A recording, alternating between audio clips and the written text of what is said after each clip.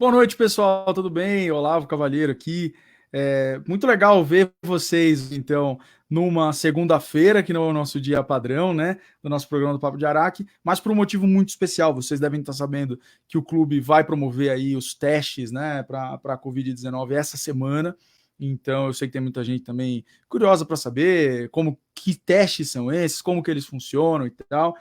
E claro, né, vamos aproveitar uma presença super ilustre aqui, super importante, para já falar um pouquinho mais desse assunto, que é o assunto do momento, não tem jeito, das atualizações e tudo mais. Então, gente, quem que a gente vai receber hoje? Muito legal, estou muito feliz de poder falar com ele e com certeza vai ter muita informação bacana para a gente. Olha, ele é o responsável pelo departamento médico do clube, tá? Do Esporte Clube Sírio, professor da Faculdade de Ciências Médicas da Santa Casa, é um dos responsáveis pelo Centro de Doenças Autoimunes da Beneficência Portuguesa, médico clínico e reumatologista do Hospital Albert Einstein, responsável pelo Centro de Pesquisa Clínica de Doenças Imunológicas da AACD. Ele é o Dr. Ricardo Golmia, nós vamos chamar ele então para o papo agora. E aproveitem, mandem as perguntas de vocês, tá bom? Vamos lá então, bem-vindo, Dr. Ricardo, tudo bom?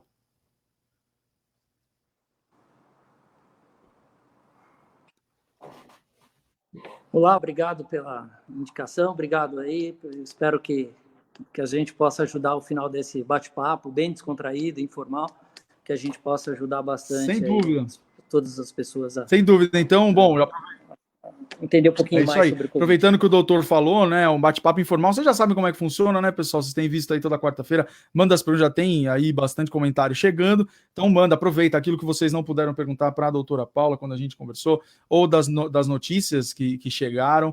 A gente vai começar falando então desses testes que vão acontecer no clube essa semana, para vocês já saberem aí mais ou menos que tipo de teste é esse, como é que ele funciona. Eu já vou começar o papo com isso, mas depois nós vamos falar um pouquinho também sobre Covid, tá bom, galera? Então, mandem as perguntas de vocês e a gente vai colocando aqui na tela. Esse papo é nosso, não é só meu com convidado, vocês sabem disso. Então, doutor, primeira coisa é isso, né? Qual é o tipo de teste que vai ser feito lá no clube e como esse teste funciona? Isso é feito através de uma coleta de sangue, né? Simples, de sangue periférico, que você consegue definir sorologias para IgG e IgM. Isso para o leigo, IgG, na verdade, IgM é o que você tem atual. Se você tem a doença atual, você vai ter um IgM positivo. E se você vai ter uma cicatriz dessa sorologia, o IgG positivo indica a cicatriz sorológica aí. Doutor, acho que dá uma falhadinha aqui, não sei se foi só para mim ou para o pessoal aí também. Você pode só repetir a diferença do IgG e do IgM, é isso? Porque assim como eu, acho que muita gente dá uma falhadinha na voz. Então, na coleta do sangue, você vai ter a sorologia de IgG e IgM. Quando eu tenho IgM positivo, eu tenho doença ativa desse vírus, né? Se eu tenho IgG positivo e IgM negativo, eu entendi que eu já tive essa doença para trás e nesse momento eu estou fora de doença ativa.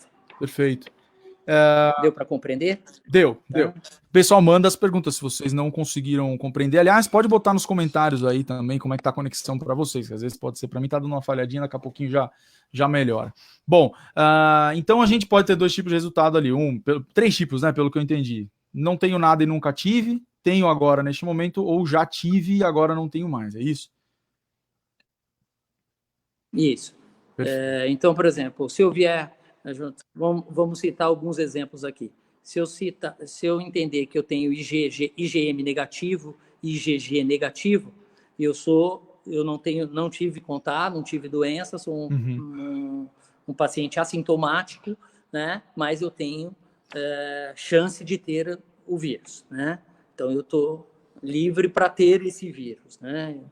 Se eu for IgG e se eu for IgG e IgM negativo e IgG positivo, eu já tive o contato e 99%, Olavo, de chance que isso não volte a ter doença, entendeu? Então, esse paciente pode garantir, se eu tiver IgG positivo com IgM negativo, eu já tive o contágio, eu já tive a doença e agora eu estou imune a isso? Sim, 99% que sim. Isso ficou uma guerrinha, assim, em algum momento se discutiu, será que isso realmente pode, mesmo com IgG positivo, eu posso ter esse vírus de novo, né? Então, não é. O que está se mostrando é que 99% disso a pessoa acaba adquirindo aí a imunidade, vamos chamar assim. Perfeito. Mas uma coisa que a gente pesquisou, conversamos também na outra live que a gente falou sobre o assunto, é um vírus mutante, parece, né? Então, assim, se eu tenho essa imunidade, ela pode vencer, por exemplo, eu tenho imunidade hoje, mas de repente, daqui a um ano, sei lá, vai precisar ter um controle ou não? Pô, tive e tô bem. Não, dificilmente você, a não ser que nós falamos de cepas diferentes, né? De replicação diferente desse vírus, porque esse vírus é um RNA, que a gente chama, e nisso ele pode se replicar de uma maneira diferente. Então, se eu tiver cepas diferentes, aí, ok, eu posso entender que pode aparecer alguma outra coisa de doença lá na frente. Mas falando de COVID, falando do SARS-2, do COVID-19, paciente com IgG positivo, praticamente ele está imune a isso. Uhum. Perfeito, perfeito, doutor. Bom, eu queria então saber mais especificamente como é que vão acontecer esses testes no Círio. O pessoal recebeu orientação, onde vai ser e tal, ou como é que vai ser realizado. Não é importante que se diga, então, esse teste do cotonete, né? É um exame de sangue, né? A sorologia que vai ser feita. É rápido, é dolorido, tira muito sangue, quanto tempo para vir o resultado? O que você pode informar a gente aí, realmente na prática, como é que vai ser e a confiabilidade dele, né? Normalmente não. Sim, é confiável, né? É confiável, bem confiável. Como eu falo, até diferente do teste rápido. O teste rápido feito em farmácia, em shopping, eu falaria para o público, fujam deles, né? Porque realmente você pode ter alguns falsos positivos que atrapalhariam um pouco aqui a dinâmica, né? Da doença, entender e manifestação e tudo mais. Agora, esse não. É o sangue, na coleta do sangue, logicamente que você fala, dói ou não dói, aí vai a sensibilidade de cada um. Na picada ali. É uma coleta de sangue. E em 48, uma coleta de sangue, um tubo não vai ter uma quantidade grande, a quantidade não é grande, né, da coleta. E você tem uma resposta aí, dependendo de laboratório para laboratório, de 24, 48 horas. 48 horas, de 24 a 72 horas você tem esse teste já em mãos. Ótimo. Tá? Legal. Isso então, bom, é interessante, você falou que teve uma guerrinha, tal, eu ouvi falar isso também, né? É uma preocupação minha mesmo. Poxa, mas para que eu vou testar se ainda não é uma certeza ou não tem um indício tão grande que se eu já peguei eu não pego de novo? Então, pelo que você está falando, agora 99% que isso é ótimo. Então, pessoal, para isso que esse teste serve, né? Isso seria uma maneira da gente conseguir retomando a economia, se a gente conseguisse testar bastante a população, ou seja, quem teve uma coisa que falaram de passe, como é que chama aquilo? Um passaporte, uma coisa assim, ou seja, testou, já tive, pode retomar a atividade. Será que a gente poderia pensar num caminho assim, enquanto sociedade, eu digo, né? Eu acho que você tem os dois caminhos aqui, né? Você não pode deixar uma abertura tão afrouxa disso, porque realmente você não é todo mundo. Então, o que a gente pede? O que na Alemanha deu certo? É que foi testado, vai sendo testes. Testou-se todo mundo, entendeu? Então, a verdade é essa. Você testa todo mundo, você abre a economia. Aí você começa a abrir e você começa a ter um cenário mais favorável. Porque enquanto você não tem esse teste, como é que você faz? Você tem que deixar esse indivíduo em quarentena. Né? Porque se você não tem dados maiores, você não consegue determinar se esse indivíduo está transmitindo ou não transmitindo. Aí depois vem a outra polêmica, que se tiver perguntas, com certeza a gente pode falar até sobre a questão, a OMS foi mal interpretado, brincaram até um pouco com que a assintomática, cada hora uma fala uma coisa, então no meio da pandemia é difícil. É difícil, você vê que é difícil, os governantes estão de uma esfera federal propõe uma coisa, então a gente não vai entrar nisso, mas na esfera federal coloca de uma coisa, a esfera estadual de outro jeito, a esfera municipal é outra. Então isso, por quê? Porque não se conhece o vírus. Não se conhece o vírus. Uhum. Então isso realmente, isso acabou impactando um pouquinho o tratamento, a terapêutica, e, enfim, as condutas hospitalares, não hospitalares, deixa em casa, não deixa em casa, o que é transmissível, o que não é transmissível. Então, isso realmente, num primeiro momento, foi muito impactante. Uhum. Doutor, e assim, a pessoa que foi detectado que já teve a doença e não está mais, ela pode servir ainda como um transporte para a doença? Não pegar, não manifestar, mas de repente no contato com outras pessoas transmitir a doença ou também não?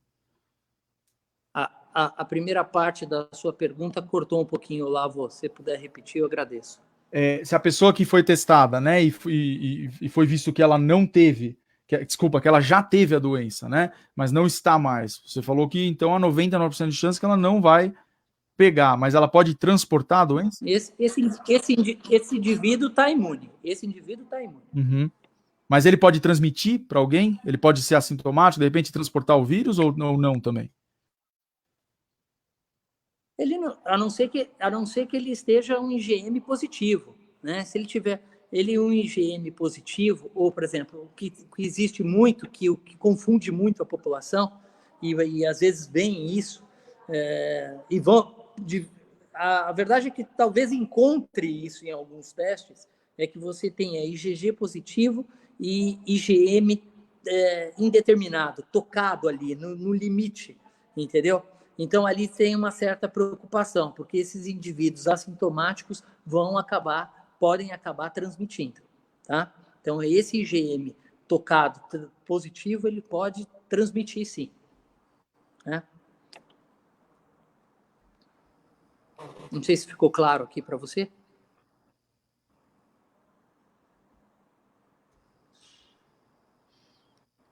Só teve um probleminha aqui de conexão.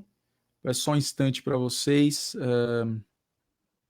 que daqui a pouquinho a gente já retoma. Bom, então por enquanto o que a gente entendeu aqui, né?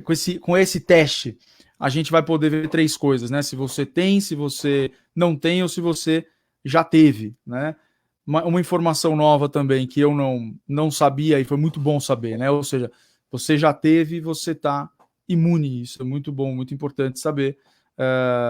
E você também não. Bom, agora o que eu perguntei se você transmite, né?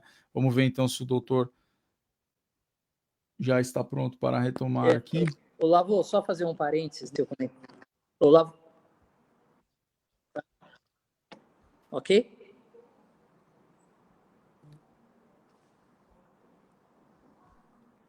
Ok?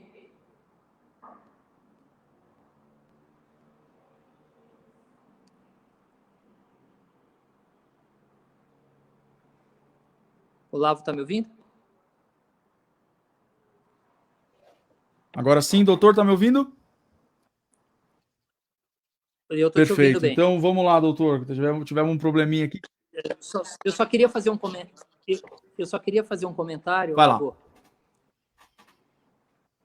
Eu só queria fazer só um comentário da questão do IgG de novo e do IgM. Uhum. Então, lembrar que se eu tenho esse IgM tocado, indeterminado, com um corte no limítrofe, a sugestão é que depois de 2 ou 3 semanas, vale a pena repetir esse exame, tá?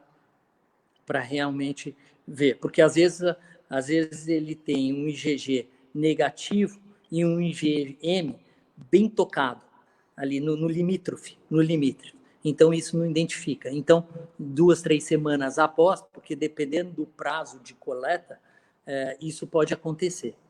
Né? Perfeito, doutor. Bom, eu tinha te feito a pergunta. Então, lembrar que esse indivíduo pode vir a ter que coletar depois de 1 ou 2 semanas ali. Perfeito. Eu tinha te feito uma pergunta, então deu uma falhadinha aqui para mim. Não sei se você chegou a responder. Então, essa pessoa que testa, que já teve e tal, ela pode transmitir o vírus ou também nem isso? Se ele tá com um IgG positivo e esse IgM dele é negativo, sem sintomatologia, é difícil esse contágio, né? De qualquer forma, aquelas questões todas que devem ser sempre ter um cuidado, né? A limpeza, água e sabão, o álcool em gel, a máscara, enfim, isso sempre deve ter. Isso a gente vai ter que aprender ainda com isso um pouquinho mais, né? É tempo, né? 2, 3 minutos conversando com alguém face to face é uma coisa, 4 minutos lateralmente. Então, esse tempo vai estar saindo algumas normativas disso, de quanto tempo eu posso estar envolvido com a pessoa, em ar livre eu estou liberado, entendeu? Então, realmente, em ar livre está ok. Então, essa é mais uma normativa que isso para o clube vai ser interessante, porque áreas livres, a tendência é que já vão estar abertas, então isso pode ajudar bastante. Maravilha. Ótimo. Poxa, que bom, né? A gente parece que a cada dia que passa um pouquinho, a gente vai ficando um pouquinho mais otimista, né? No final da live também vou te perguntar o que a gente já tem para o futuro. Temos questão de vacina aí. Parece que o estado de São Paulo vai fazer teste, mas a gente vai deixar mais para frente isso e também botando perguntas que vão chegar. Bom, doutor, vamos falar o seguinte então agora. Para quem perdeu a outra live, de qualquer maneira, né? A gente está falando com outro profissional aqui, extremamente gabaritado, vocês viram o currículo dele, né? Então, assim, quem é Covid-19, né? Da onde veio? Dá para fazer em laboratório ou não? Temos aí essa polêmica, e aí? Uma polêmica boa, viu, Olavo? O Covid-19 é um coronavírus, né? Esse grupo de vírus foi descoberto, se você for puxar no histórico, esse vírus foi descoberto em 1935, né? E ele tem esse nome pela forma de coroa, né? Pela forma de coroa. Na sua ultraestrutura, né? Ele tem essa forma toda de coroa, né? E ele é causador de doenças em humanos, né? Na verdade, agora, com essa nova estrutura, ele é causador de doenças em humanos, né? Você está me ouvindo? Estou te ouvindo, doutor, perfeito. Tá. Então, na verdade, você vê que ele já é conhecido de outras circunstâncias, né? Ele já veio de outras épocas. Ele é um causador de síndrome respiratória, por exemplo, do Oriente Médio, né? Que foi deflagrado na China em 2012, né? Então, e esse novo SARS-2, S2, o Covid-19, né? Que é um vírus novo. Então, por isso essa novo coronavírus, né? Mais um vírus que houve uma mudança da estrutura dele, mas um vírus que já teve cenários lá atrás. Então, por essa estrutura nova que nós acabamos perdendo um pouquinho aqui. Como é que se trata, de que maneira, porque era um vírus novo, que a gente não conhecia, né? Aí você me falou um pouquinho você me perguntou mais sobre o laboratório, né? A gente pode, de laboratório. Se você for pensar, a gente pode criar a sequência genômica desse vírus no laboratório, tá? A gente pode criar a sequência genômica. Mas a transmissão de humano para humanos não era bem conhecida isso, né? Então, na verdade, ele não pode, na verdade, não é questão da criação do laboratório aqui, né? Porque agora já está numa fase de humanos para humanos. Tá? Então, esse cenário genômico, na verdade, a sequência genômica poderia ser montada em laboratório, mas dessa transmissão de humanos para humanos, até fazendo um parênteses para você, o que acontecia? Nos mercados de Wuhan, já abertos, que agora a sequência já está diferente na China um pouquinho, mas os mercados de Wuhan mexiam com o quê? Com animais, animais mortos lá, morcegos propriamente ditos, né? Com essa venda de animais, e uma vez que a situação era uma vez que isso vendido, foi transmitido isso para o homem, e dali foi a sequência do que aconteceu. Perfeito, perfeito. Então é legal a gente tirar, né, tem muitas teorias de conspiração sempre, né? Vou perguntar também, você não vai passar impune sobre a cloroquina mais para frente também, porque parece também que cada semana tem uma novidade. Mas antes, doutor, chegaram duas perguntas aqui que eu queria colocar. A primeira, então, da Cris, vou colocar aqui na tela. A Cris é personal trainer, né? Faz o teatro lá no clube também. Beijo, Cris, muito bom que você está aqui vendo a live. Ela está perguntando se pode praticar corrida longa ao ar livre sem o uso da máscara.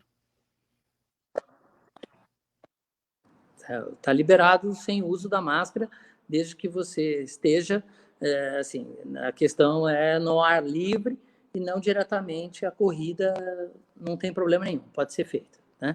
Mesmo porque você não vai estar conversando com ninguém frente a frente, então as gotículas de partículas que poderiam ser transmissíveis, ela está fazendo uma corrida isolada, sem máscara, sem maiores problemas. Perfeito. Bom, legal também. Eu estou aprendendo muito com esse programa também, porque na minha cabeça, assim, nossa, se eu saísse de casa sem a máscara, o vírus ainda poderia estar ali. Eu cheguei a ver uma notícia, isso já bem no início, né, que encontraram partículas do vírus num raio de 2 quilômetros no hospital.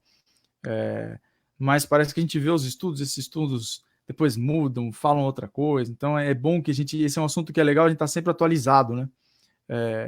Então, boa notícia, porque correr de máscara não dá.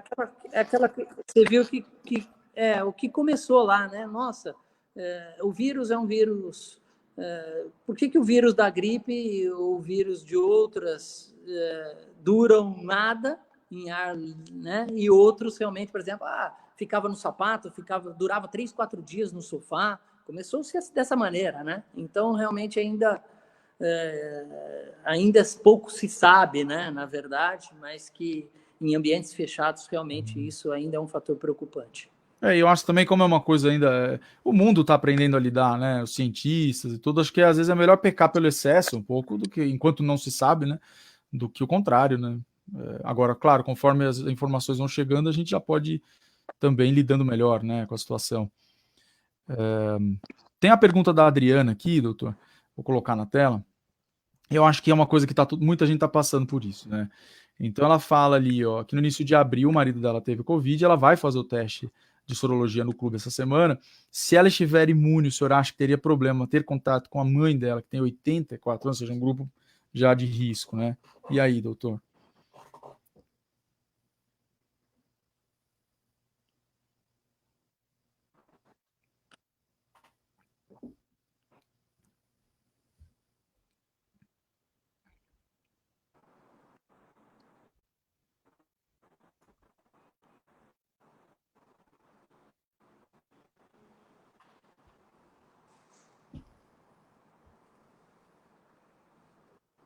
Bom, pessoal, acho que travou aqui.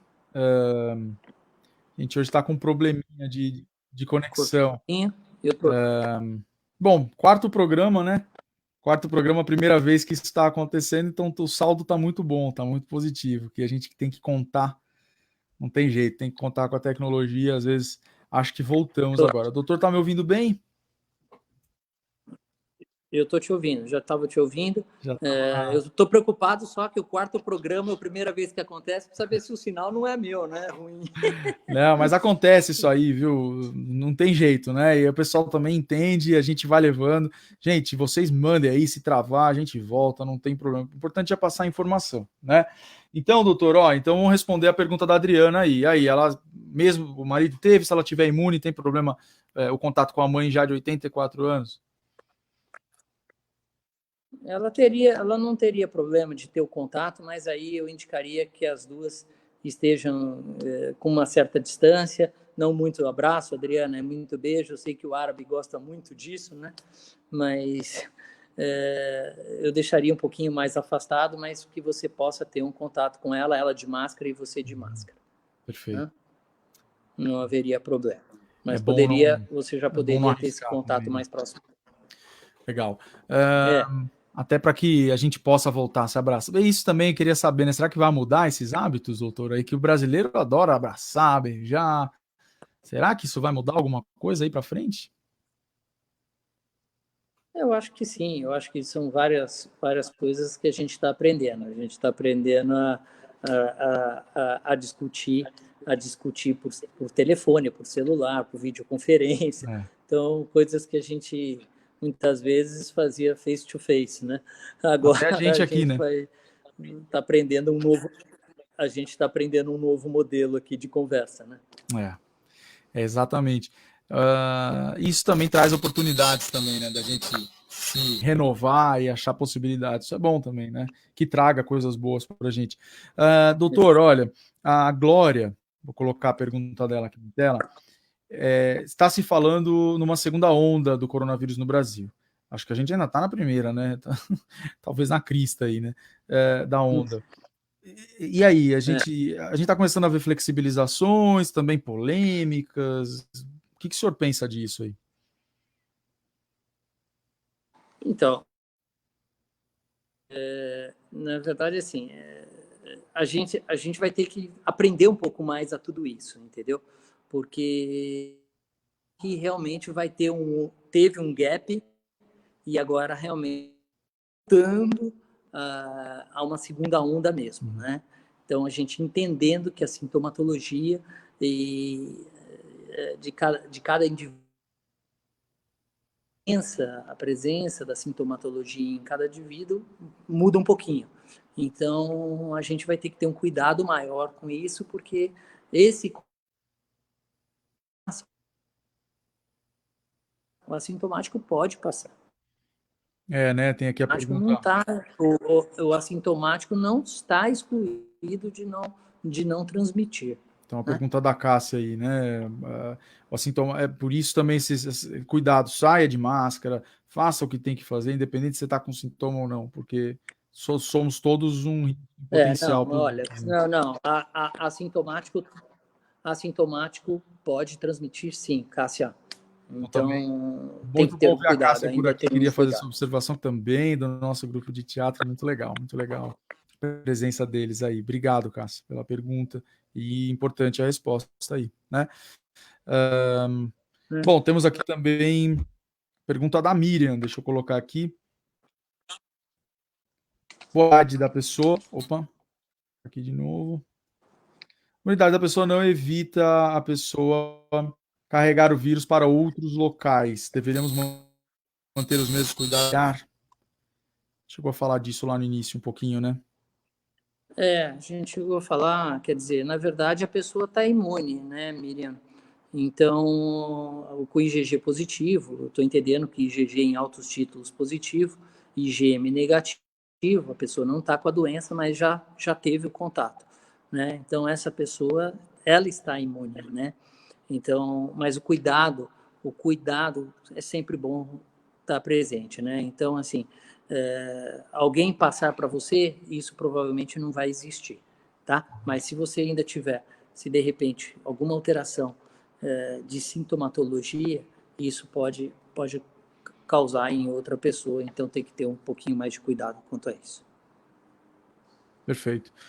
Doutor, então, eu falei que ia deixar para frente a polêmica. É o seguinte: a cloroquina não tem jeito, cada dia a gente ouve uma coisa. Então, eu vou perguntar diferente, tá? Eu estou aqui com o médico, que todo mundo viu no início por onde ele já passou, onde que ele trabalha, o currículo dele, que é sensacional. Então, doutor, hoje, se eu chegasse no teu consultório, doutor, estou com Covid, a gente viu lá, fiz o teste, você me receitaria a cloroquina?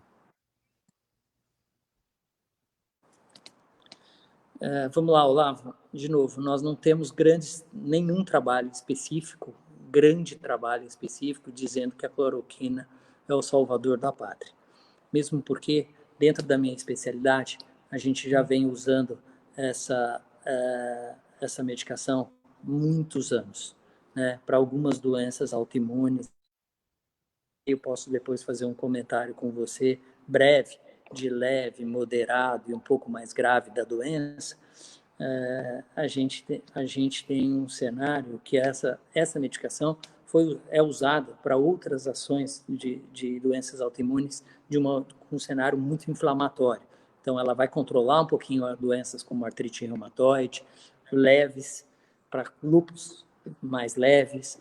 Então, ela é uma medicação exatamente para isso, tá? Numa dose que a gente usa, nós, reumatologistas, de 200 a 400, 250 a 400 miligramas diariamente.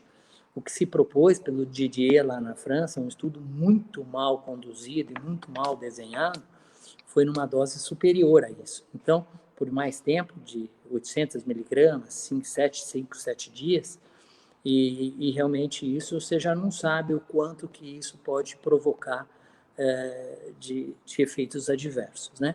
A gente não tem grandes efeitos adversos com essa medicação, com exceção de olho, rim, algumas coisas assim, mas numa dose que é habitual que nós já usamos, coração, tal, mas na dose habitual que nós já utilizamos. Então, os estudos foram muito mal desenhados e aí caiu num cenário que realmente, ainda mais na nossa cultura, se sumiu da farmácia, que realmente é uma medicação que realmente veio num primeiro estudo e após ler esse estudo, a gente realmente viu que o estudo era muito ruim, o estudo era muito ruim. Uhum. E aí a gente... Mas aí já tinha esse fado de que todo mundo precisava ter cloroquina em casa, porque senão... E deu no que deu, né? Sumiu das farmácias. Hoje em dia, os nossos pacientes com doenças autoimunes estão sofrendo muito com isso. Você volta no consultório, você tem que estar no consultório para pedir uma receita médica com carimbo, com assinatura, com código da doença, com CID, para dizer que realmente a paciente precisa comprar cloroquina. Olha aonde nós chegamos. Infelizmente, então, assim, Desculpa, doutor, pode prosseguir. Vou fazer um comentário, depois eu faço. Não. Essa cultura, realmente essa cultura existe, né? Então o desespero acaba sendo maior do que realmente o que é projetado, né? Então alguém projetou, alguém lançou alguma coisa da cloroquina e aquilo virou uma febre que rapidamente foi se esgotando das farmácias. É até legal a gente aproveitar, o senhor tocou nesse assunto, né? O espaço que a gente tem aqui e tal, o pessoal tentar propagar essa mensagem, porque a gente vê muitos exemplos de atitudes legais, das pessoas tendo ali solidariedade, ajudando os outros. Neste momento a gente vê aflorar isso, mas também, infelizmente, a gente vê muita coisa como isso, né? Sumir o remédio da farmácia, para quem nem... sem pensar na consequência que isso pode ter para o outro, né? É muita gente que sai sem máscara, que não respeita a vontade do outro de... Tudo bem, não quer usar a máscara, apesar de tudo que está falando, mas... Então, assim, que as pessoas possam, né, pensar mais também no outro, né? Não só em si. Eu acho que esse momento está também melhorando isso de alguma maneira, né? Aos pouquinhos. E mais um comentário já para você, Olavo, até você já tocou da cloroquina, mas então voltando naquele cenário, formas leves, formas moderadas e formas mais graves, para não se tornar repetitivo da live passada, mas é só, de repente, talvez de um outro molde. Então, na forma leve, foi a mesma história do uso do ibuprofeno, que você viu que o Lancet, uma revista de alto impacto, publica sobre o ibuprofeno, que nas formas leves nada mais é do que um quadro gripal. Então se criticou muito isso os médicos lá atrás, quando alguns médicos nossos conhecidos, tal, que comentaram, é uma gripezinha, é uma gripe pequena, é uma gripe como qualquer outra, basta ter cuidados, como influenza, lavar a mão, enfim, o banho, enfim. Depois viu-se que não era daquela maneira, mas aí criticou-se o médico porque depois foi surgindo outras circunstâncias, né? Então, isso acabou impactando um pouquinho. Mas você lembra que a forma leve nada mais é do que um quadro muito viral, um quadro muito gripal. Então, a questão do ibuprofeno foi a mesma coisa. Então, não tem nenhum cenário para a questão de uso, contraindicação do uso do ibuprofeno. Principalmente que foi colocado isso no Lancet, que pacientes com hipertensão e diabetes, obesidade, tinham um risco maior do uso do ibuprofeno. E isso não ficou claro e não ficou definido, tanto é que a OMS retratou e mudou isso, e o Lancet depois soltou uma nova nota quanto ao uso do ibuprofeno, né? Então, algumas coisas meio controversas que a gente está todos nós aprendendo a cada dia, porque, na verdade, como eu comentei, naquele cenário do laboratório, a mesma coisa do laboratório que você falou, são a questão do genoma, de produzir em laboratório, e a questão dos morcegos que foram transmitidos de humano para humano, né? Então, realmente, a gente está aprendendo a cada dia, vem aprendendo a cada dia. Então, esse é um cenário da forma leve. Da forma moderada, realmente você já tem um outro cenário de medicações, à base de antibióticos, à base de corticosteroides. Isso é questão, não é questão de entrar num papo, a não ser que a gente tenha alguma pergunta para isso. E o que tem, de novo, realmente, estudos mais impactantes, que são outras drogas que a gente usa em a base de interleucinas, que realmente a gente tem num cenário de uma forma mais grave, de um pulmão mais grave, daquele cenário daquele indivíduo que sai, que está internado pela saturação, caindo a saturação, procurando o seu médico, eu tenho tosse, eu tenho falta de ar, eu tenho febre, muita falta de ar, e a saturação caindo abaixo de 95. Então, realmente, novas drogas estão se mostrando eficazes. À base de interleucinas, uma interleucina 6, que são drogas que mexem muito com o cenário muito inflamatório, num cenário que esse vírus tornou-se lá na frente um cenário muito mais inflamatório. Tá? Então, é uma explosão a gente chama que é uma explosão de citocinas aí, entendeu? Então, você vindo com uma anticitocina, você consegue bloquear bastante essa atividade inflamatória a nível pulmonar, evitando que esse indivíduo vá para o tubo, evitando que esse indivíduo tenha um cenário mais crítico. Tá? Então, é um esboço maior aqui de tratamentos mais leves, de tratamentos moderados e de tratamentos mais graves. Em nenhum momento você viu eu citando realmente a cloroquina. Aí se discute muito aquela questão, médico-paciente pode existir? Doutor, eu gostaria de tomar essa medicação, como ainda está num cenário muito obscuro, Olavo, pouco se entende disso, então aí é questão da gente ter uma discussão muito franca ali, médico-paciente, mostrando dados que realmente, o que a gente tem de dados concretos do uso dela ou não uso dela. Perfeito. Não, olha que legal a oportunidade que o clube nos dá, né? E eu me incluo nisso. Olha a aula que a gente acabou de ter aí. É muito legal essa oportunidade. Muito obrigado por estar falando com a gente. E você que frequenta o clube, que está vendo a live, você vê que você está seguro lá dentro, hein? Que o doutor Ricardo é responsável pelo departamento médico lá. E muito legal, muita informação, muito bacana. Fico aqui pensando em várias. Uma coisa que você falou lá no início, né? Que aí eu queria fazer essa colocação totalmente como leigo, mas me parece, né? Você mesmo falou a questão do ibuprofeno, que foi publicada na Lancet, que é uma das revistas mais respeitadas no mundo, tal, na área. Ou seja, aí também tem muita informação que a própria OMS coloca, depois tira, depois contradiz. Então, eu acho que essa é uma coisa bem específica desse momento que a gente está vivendo, que é um momento que se fala muito de fake news, mas muitas das coisas, assim, das nossas confusões estão vindo de fontes super confiáveis, né?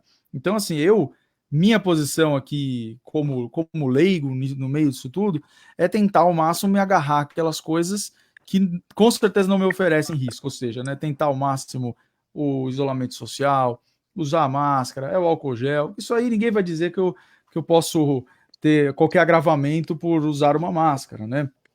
Então eu acho que se a gente tentar, pelo menos nós aqui, não os médicos, os cientistas, mas a gente aqui, o pessoal que está assistindo, se a gente tentar realmente seguir à risca aquilo que se aconselha, né? E não sair comprando qualquer remédio na farmácia, mas simplesmente podendo, né? Tem gente que não pode, infelizmente, mas ficar em casa e tal, a gente já vai colaborar, né? De alguma maneira. Então, vai vir alguma pergunta, deve aparecer alguma pergunta aí, mais uma vez, de cloroquina, apesar de ter citado.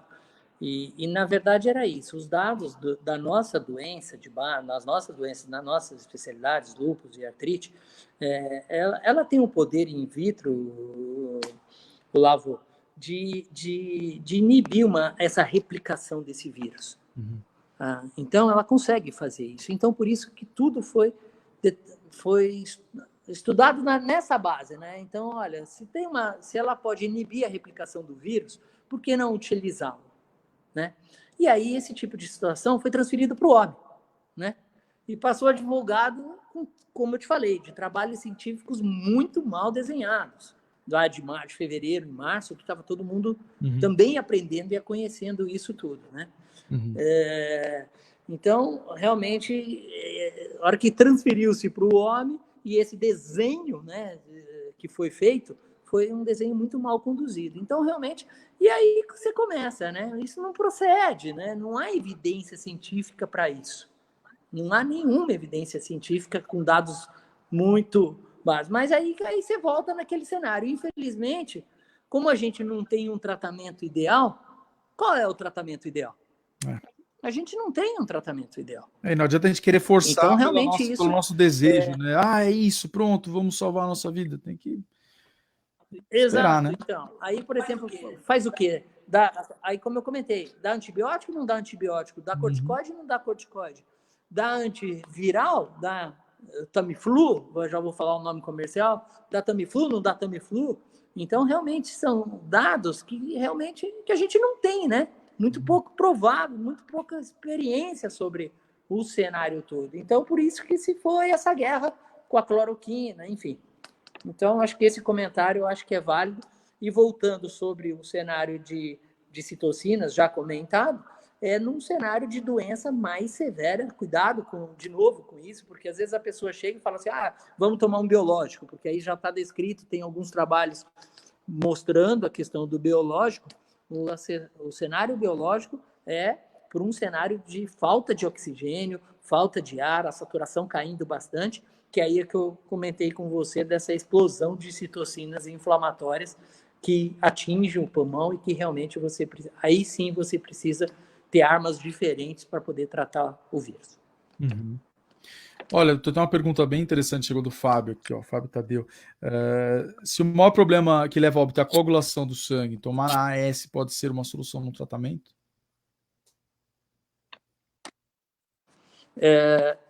O AS, na verdade, ele vai agir de uma outra maneira, né? Em outros pacientes. A questão do AS propriamente dita não é um tratamento específico se a gente for pensar que você tem um transtorno da coagulação. Aí teria que ser um anticoagulante com um cenário mais potente mesmo, Fábio.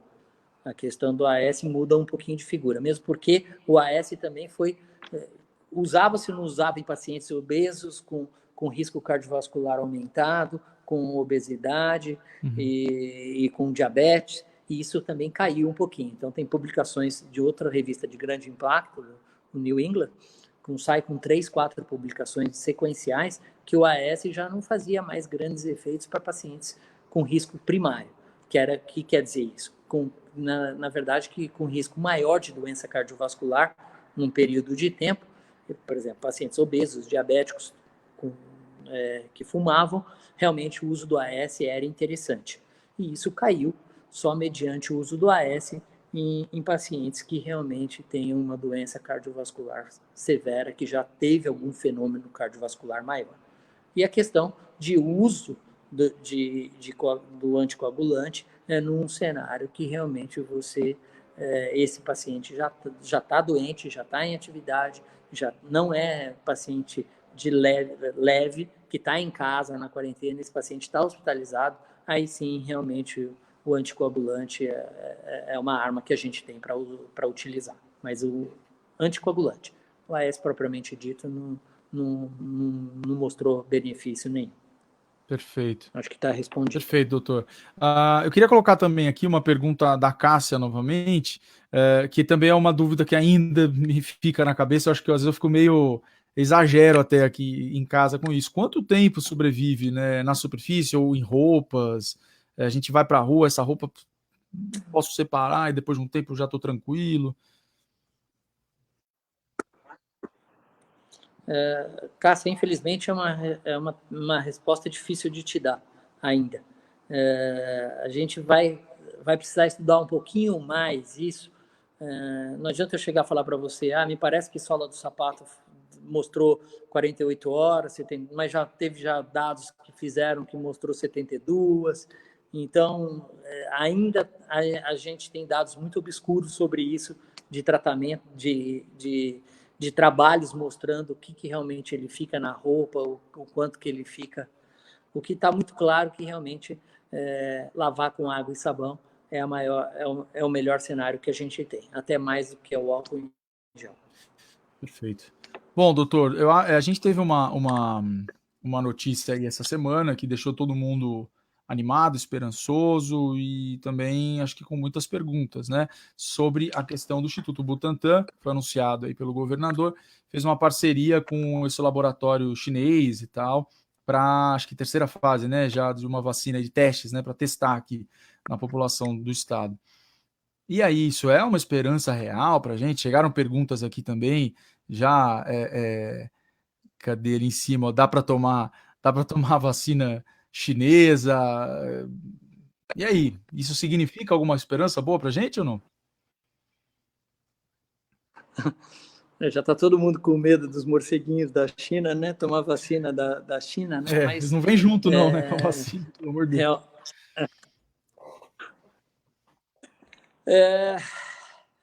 vamos lá, eu acho que é início para 2021, tá? Eu acho que é para início para 2021.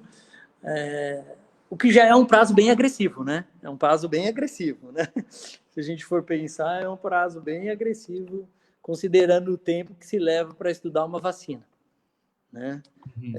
O Ebola levou 5 anos, né? né? A gente realmente...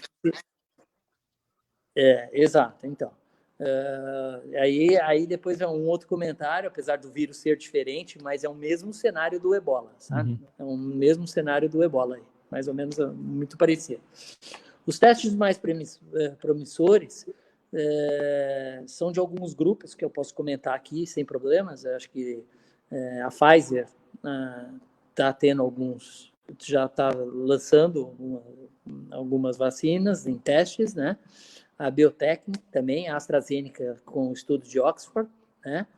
E a CanSino, que é chinesa, que estão se fazendo. Lógico, começou lá, eu acho que eles nada mais do que eles também fazerem testes lá. Né? Então, o problema é o curto espaço de tempo para tudo isso, Olavo. Porque, na verdade,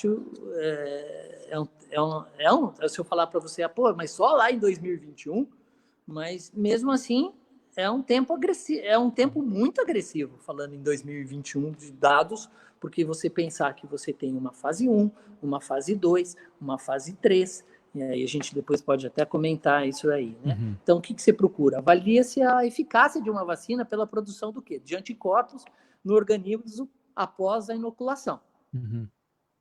Tá?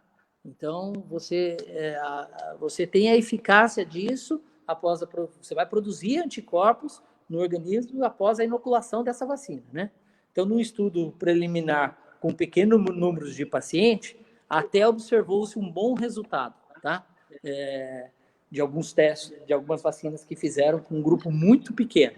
Então, realmente mostrou uma eficácia interessante, né? Mas você precisa entender que aquele indivíduo também precisa ter estímulo para a produção do anticorpo após a vacina, né?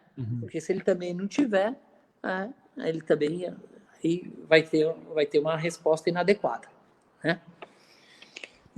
Então, agora está se estudando uma resposta mais sustentada num número maior de indivíduos. É isso.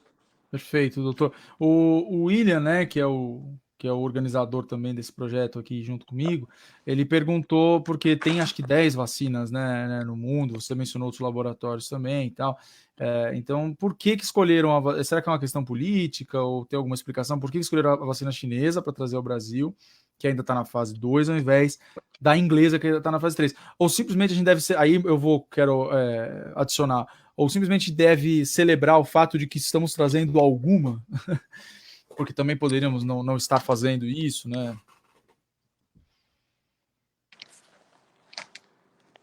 Então, na verdade, assim, ela está no mesmo, William, ela está nos mesmos moldes que a sequência dos outros laboratórios. Estão envolvidos aí a questão muito, aí eu já não sei meio se esse nível é governamental ou não.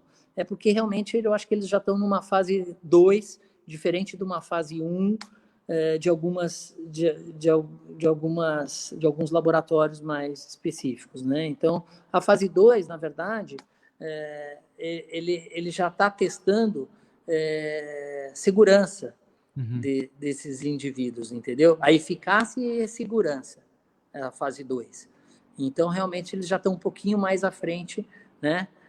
Apesar que a inglesa também já está, mas eles estão pulando fases. A inglesa, o que surgiu de Oxford, é que eles pularam a fase 1, né? Então, eles já estão indo um pouquinho mais na frente para tentar cada vez mais precoce a trazer essa vacina, vamos chamar assim, vamos falar assim.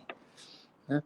Então, eu não sei dados maiores, a questão de governança, se isso realmente tem alguma, se tem alguma coisa diferente, mas entende-se que a fase 2 lá chinesa está sendo documentado bem especificamente na avaliação de eficácia e segurança desses indivíduos com um número maior de indivíduos.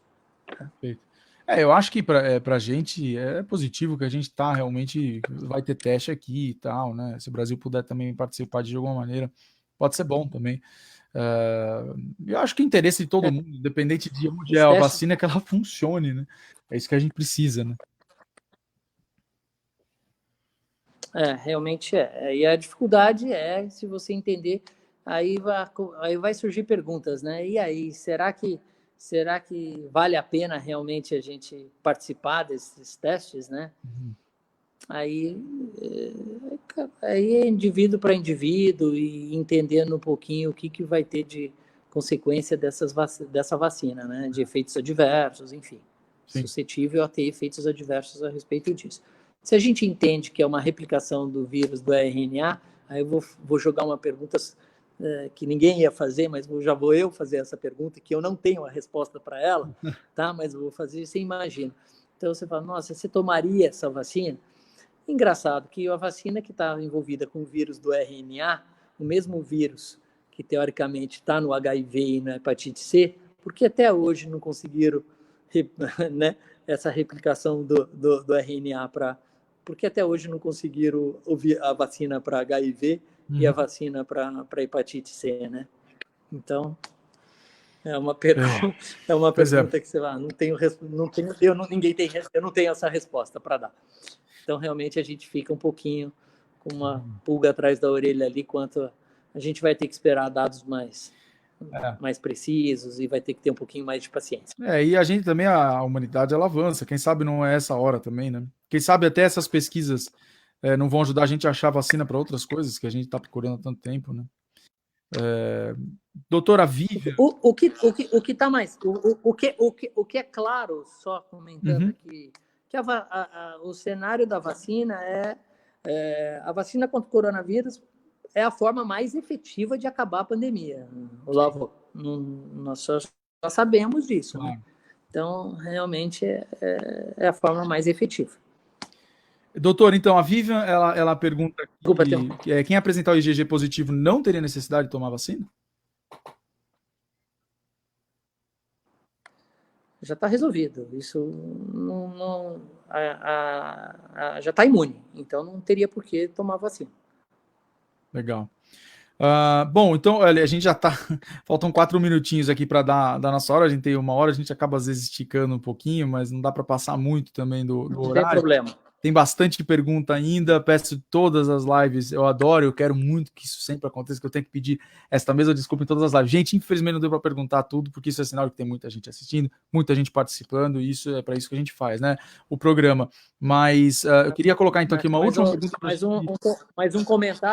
Mais um comentário, viu, Olavo? Se você depois, para juntar essas perguntas e depois quiser que eu possa tentar fazer um filtro e puder responder o máximo que eu poderia fazer isso aí, sim. Tá legal, doutor. Bacana.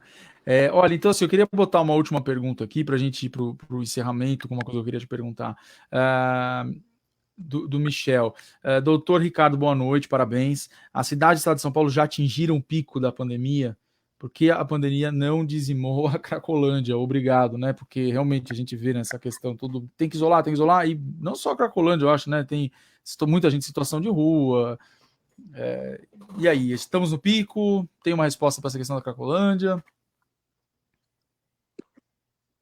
Michel, prazer enorme falar de novo com você, obrigado. Assim, na verdade, o que acontece é a cidade, o Estado, também eles estão um pouco perdidos quanto a isso, né? Porque abre ou não abre, talvez eu tenha que abrir para aquela primeira discussão que a gente fez da questão da economia, né, Olavo? Mas, ao mesmo tempo, entendendo que talvez tudo possa ter que dar um passo atrás para tudo isso. No mesmo cenário que o prefeito tentou uma alternativa com rodízios de 24 horas, e ele teve que recuar, porque ele viu o transtorno que foi no transporte público. Abrindo, mesmo que ele por faixas, amarela, verde, enfim, talvez ele tenha que recuar, porque o grande problema, Michel, é que a gente pode ter uma segunda onda nisso daí, sem ainda ter dados muito de como tratar da melhor maneira possível. Então, nós não temos vacina, nós estamos ainda entendendo que tem indivíduos com IgG negativo, e esse indivíduo, teoricamente, teria que ficar em casa. A gente só vai conseguir dessa maneira isolar o vírus com esse indivíduo em casa, não transmitindo, né? Agora, a questão de classe A, B ou C ou D, realmente algumas coisas são de... É que a gente talvez esteja vendo pouco isso, né? Esse tipo de informação, né? Porque o quanto que realmente a gente fala em isolar, o quanto que a gente vai conseguir realmente de um público da Cracolândia que estão praticamente um colado ao outro, e o quanto que a gente entendeu que atingiu já essa classe, né? É que realmente acho que são muitos dados que não são muito notificados, né? O grande problema é esse, né, Michel? A gente tem uma subnotificação enorme, tanto no estado como no município.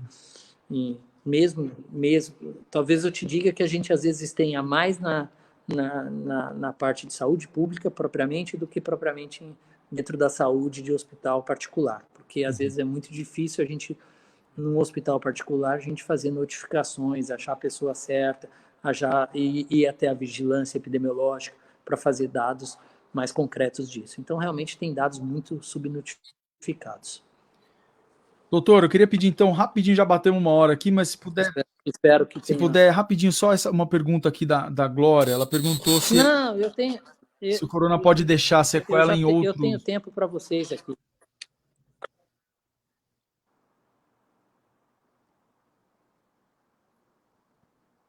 Cortou um pouquinho, mas você está me ouvindo? Estou te ouvindo, doutor. A Glória perguntou, né, se pode deixar sequela além dos pulmões, né, em outras partes.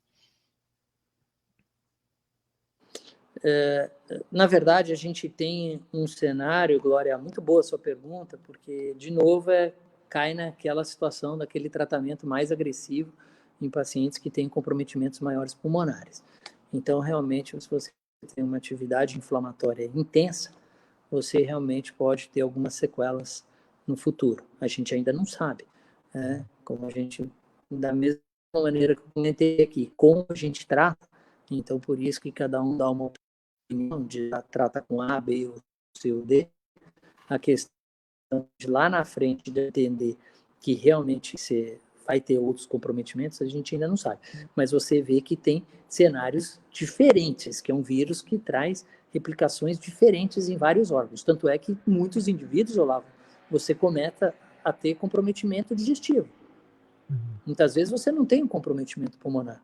E muitas vezes o indivíduo começa com um quadro de diarreia, com doença inflamatória intestinal.